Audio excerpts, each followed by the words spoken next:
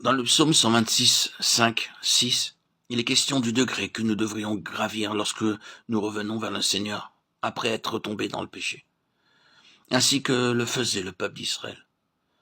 Lorsque nous nous sommes éloignés de Dieu par suite de notre désobéissance, qui a entraîné notre défaite et notre échec, nous avons perdu notre premier amour, notre fardeau de prière, et l'intérêt que nous portions à la parole de Dieu. Dans cet état misérable, nous avons été la cause de l'égarement d'autres personnes.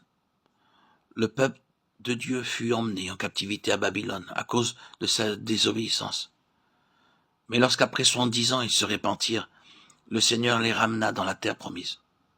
Leur joie était grande au retour, bien que mêlée de tristesse et de larmes. De même, l'allégresse que nous éprouvons lorsque nous sommes restaurés dans la communion du Seigneur est toujours accompagnée de larmes. Dans Apocalypse 2 et 3, il est question de notre Seigneur qui appelle les croyants à la repentance. Dans 5 églises sur 7. L'accusation portée contre l'église d'Éphèse est la perte de son premier amour. Mais j'ai contre toi que tu as abandonné ton premier amour. Apocalypse 2,4.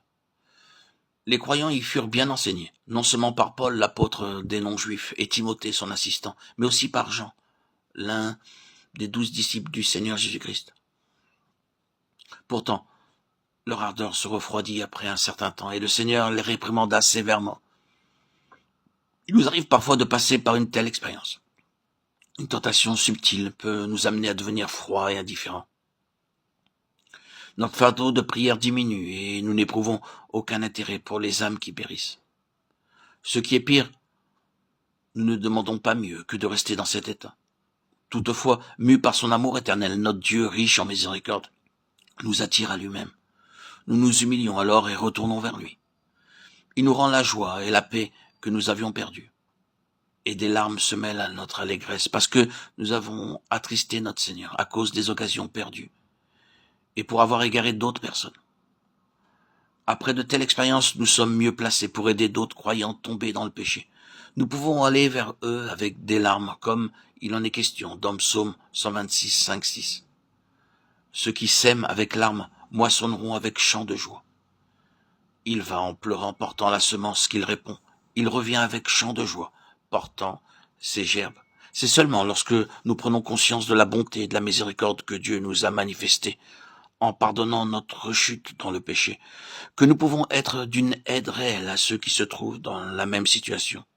Nous sommes capables de prier pour eux avec des larmes de sympathie et d'affection plutôt que de les condamner sévèrement et de les détester pour avoir gâché leur témoignage.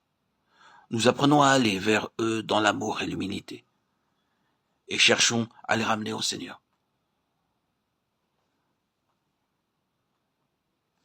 Frères, quand même un homme s'est laissé surprendre par quelque faute, vous qui êtes spirituels, redressez un tel homme dans un esprit de douceur, prenant garde à toi-même, de peur que toi aussi tu ne sois tenté.